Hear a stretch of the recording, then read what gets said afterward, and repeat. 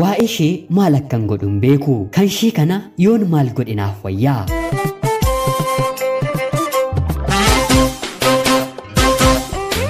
Ani maqaan koo Saamu'eelin jedhama. Kanan dhaladhee guddadhe magaalaa Naqqamtee naannoo addaa Boordii bakka jedhamtudha. Barnoota koos kutaa tokkoo kaaseen achittiin baradhe. Maatii kiyyaafillee ani mucaa hangafaadha. Barumsa koottillee barataa cimaadha. Haa ta'uutii garuu maatii keenya waliin jireenya gammachuu gaggeessaa too jirru abbaan kiyyaa utubaan mana keenyaa nu jalaa boqote. Kanaan booddees ani mucaa hangafaa waanan tureef itti gaafatamummaan hedduun anatti laatame. Haa ta'uutii garuu jireenyi baay'ee natti ulfaate. Barnoota koos erga abbaan koo du'ee booddee itti fufee barachuun waanuma hin danda'amne ta'e. Sababa kanaanis barnoota koo addaan kuteen obbolaa koo fi harmee koo gargaaruuf jiruu barbaaddacha gara magaalaa Finfinneetti imala koon taasise.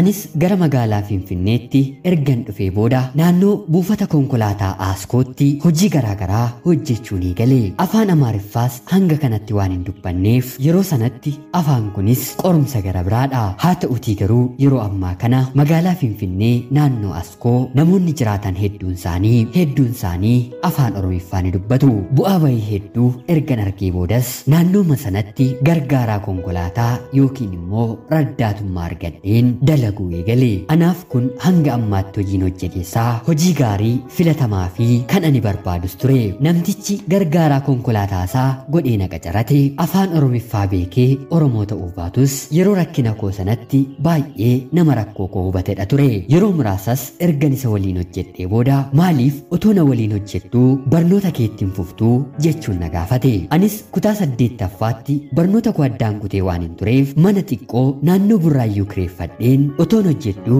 barnoota koo eegale. Innis akka abbaa fi haadhaa ta'ee rakkoo koo qooddatee anaan gargaaraa ture. Kaleessa innis gargaaraa konkolaataa akka turee fi magaalaa Finfinnee keessatti nama baay'ee rakkatee fi bu'aa bahii hedduu keessa akka darbe waan natti himeef rakkoo koo hundumaas sirriitti na hubata. Yeroo gabaan hin jirres konkolaataa oofuu na barsiisuu eegale. Konkolaachistoota kaaniifis fakkeenya nama ta'udha. Gargaaraa konkolaataa ta'anii yeroo konkolaataa irratti qacaraman rakkoon jiru dhiibbaa konkolaachistoonni gargaartota irratti geessanidha. Guyyaa guutuu erga hojjechiisaa oolanii booda qarshii xiqqoo kennanii fi obbiraatii gaggeessu. Nyaata yeroo nyaatan illee nyaata gaarii ofiif ajajatanii gargaaraa konkolaataa isaaniif immoo nyaata gara biraa gatiinsaa gadi bu'aa ajajuufi. Sababa kanaaf konkolaachisaan kun anaaf konkolaachisaa fakkeenya ta'udha. Barnoota koos kutaa 9ffaaf 10ffaa haala gaariin hin xumure. Qabxiin kutaa 10ffaa maatirkiin naaf dhufus yuunivarsiitii yeroon galu eenyutu na barsiisa kan jedhu yaaddoo waan natti ta'eef barnoota koo achuma irratti hin dhaabe. Sanaan booddees qarshii walitti qabadheetiin konkolaachisummaa barachuun eegale. Yeroo gabaabaa keessattis baradhee ergan fixee booda Rabbi na gargaaree anis konkolaachisaa ta'een hojjechuun eegale. Obbolaa koo fi harmee koos haala gaarii fi anaan garaatiin na ga'utti gargaaruun eegale. Jireenyan hamma kana dabarse keessatti guyyaa tokkoyyuu jaalalaadhaaf yeroo kenneesaa ta'uu shamarran ol jedhee ilaaleen hin beeku.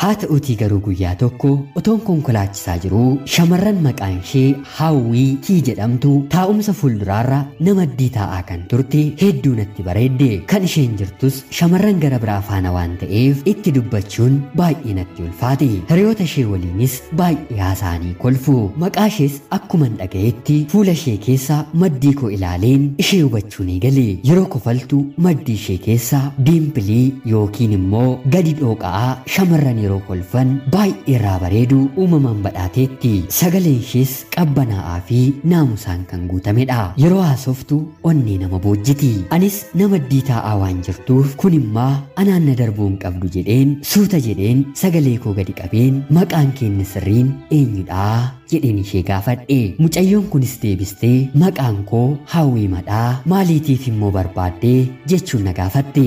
Anis dhuguma maqaan kee Hawwiidha atoo ergan ishee jedhee booda kanaan booddee deebiseen akkan isheen arge waan hin beekuuf ishee argachuudhaaf lakkoofsa bilbilaa kee maaloo naaf kennii jedheen ishee gaafadhe. Hawwiinis naaf deebistee konkolaachisaadhaaf bilbila koo kenneen beekuu jechuun naaf deebiste. Anis tokko kan balleessetti hunduma keenyatu adabamuu qabaa ergan ishee jedhee booda eessa akka dhuftee fi eessa akka isheen deemtu yeroon gaafadhu dhalattuu magaalaa Baakkoo akka taatee fi fira dubbisuu magaala kana akka dhufte natti himte. Sanaan booddees haasoon keenya ho'ee dhumarrattis lakkoofsa bilbilaa ishee naaf kennitee buute. Anis akkuman dalagaa koo guyyaa guutuu hojjechaa oolee xumureen galgala manatti galeen bilbila ishee yeroon bilbiluu fi gonkumaa anaaf kaasuu didde. Anis keessa kootti maali mucaan kun hinna shawwadde moo jedheen otoof gaafadhu haala kanaanis guyyaatii gara guyyaatti otoo yaaluu guyyaa arfaffaarratti bilbila kiyya kaastee anaanaas ofsiiste.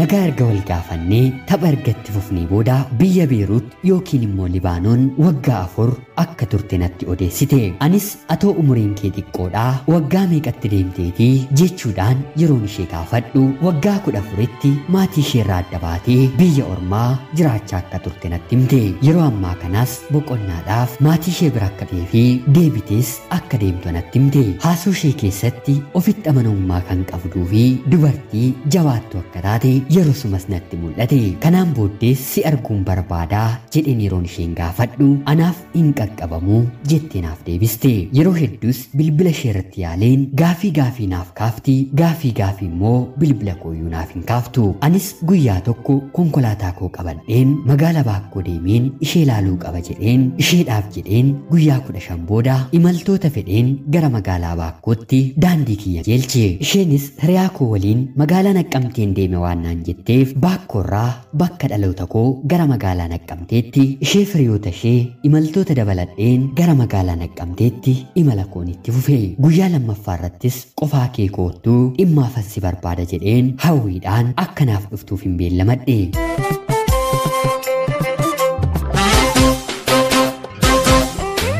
Isheenis akkuma nan ishee jedhetti sa'aatii beellamaa ishee eegdee hoteela kookeetitti anaaf ishee wal argine. Kanaan booddees waan nyaannu nyaannee waan dhugnu erga dhugoodaa haasoo keenya jalqabnee anis otuman ishee sodaadhu akkan ishee jaalladhun ishee gaaffe. Haa ta'uutii garuu hawwiin akka obbolummaatti yoo na jaallatte ta'e nan si fudhadha. Haa ta'uutii garuu wanta gara biraaf taanaan ani gara fuulduraatti karoora hedduu waan hin qabuuf anaaf hin danda'amuu jetti naaf deebiste. Irra deddeebisees yeroon ishee kadhadhu gonkumaayyuu anaaf deebisuu didde. Kanaan booddees aarii koo garaa koo keessatti qabadheen anaaf ishee wal gaggeessine. Hawwiinis boqonnaa ishee erga fixxee booda gara Beeruutitti deebistee imala ishee raawwatte. Yeroo kanas bilbilaan guyyaa tokkoyyuu otoo naasayin bulleen beeknu. Karaa siim kaardii bilbiluun ulfaatus karaa iimoo fi vaayibarii akkanumallee miseenjarii yeroo hunda walaasisna. Keessa koos baay'ee boojjiteetti. Sagalee ishee toon dhageenye yoon oole hojiin illee baay'ee na jibbisiisa. Jaalalli ani isheef qabu guyyaatii gara guyyaatti ittuma dabalaa deeme. Isheenis biyya Beeruut keessa waggaa tokko erga hojjettee booda magaalaa Baakkootti deebitee jiraachuu eegalte. Irra deebiseen gaaffii koo dhiyeessaafi. Haa ta'uutii garuu akka obbolummaatti malee akka hiriyyummaatti gonkumaa tole anaaf jechuu didde. Dubartoota hiriyoota ishee ta'an maaliif gaaffii jaalalaa koo akka isheen naaf hin deebisne yeroon isaan gaafadhu baay'ee cimtuu akka taatee fi hanga galma ishee geessutti dhiira kamirraayyuu gaaffii jaalalaa akkan keessummeessisne hiriyoonni ishee natti himani. Kun immoo akka ani isheetiin irra caalaatti jaalladhu na godhe. Akka magaalaa Baakkoo dhufteettis turtii baatii 4 booddee lafa bittee mana ijaarrachuu eegalte. Otuma mana ijaaraatus gidduutti deebitee gara Dubaay imalte. Yerootii gara yerootti gaaffii koo waanan dhiyeessuufiif tarii mucaan kun hiriyaa jaalallee ni qabdiiti moo kan waggaa amma kana na didde jechuudhaan yeroon hiriyaa ishee gaafadhu gonkumaa akka isheen hin qabne natti himte. Kanaan booddee anis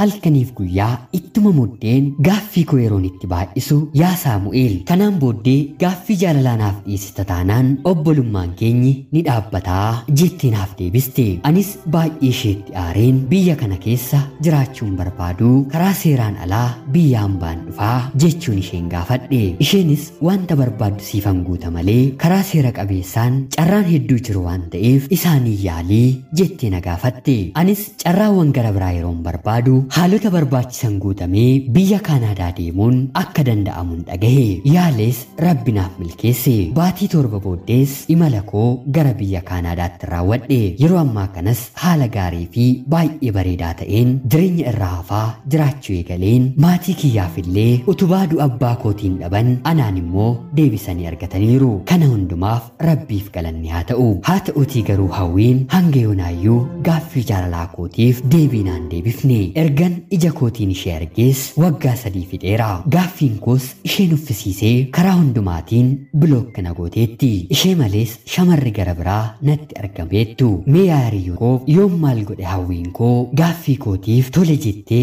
hiriyaa jaalalshee na godhachuu kan dandeessu yoom maal godhedha kan jedhu gorsa keessaniin na gargaara. Waggaa amma kanaa ergan ishee bareetii booddee yaalii dadhabeera. Amma immoo tarii gorsi isin naaf qooddan muuxannoo jireenya keessan irraatii kaasee hedduu waan na gargaaruuf shamarran akkasii akkamiin tola akka isheen namaan jettu yaada keessan naaf qooda. Ana obboleessa keessan Saamu'eel Kaanaadaarraa ulfaadhaa nagaatti galatoomaa.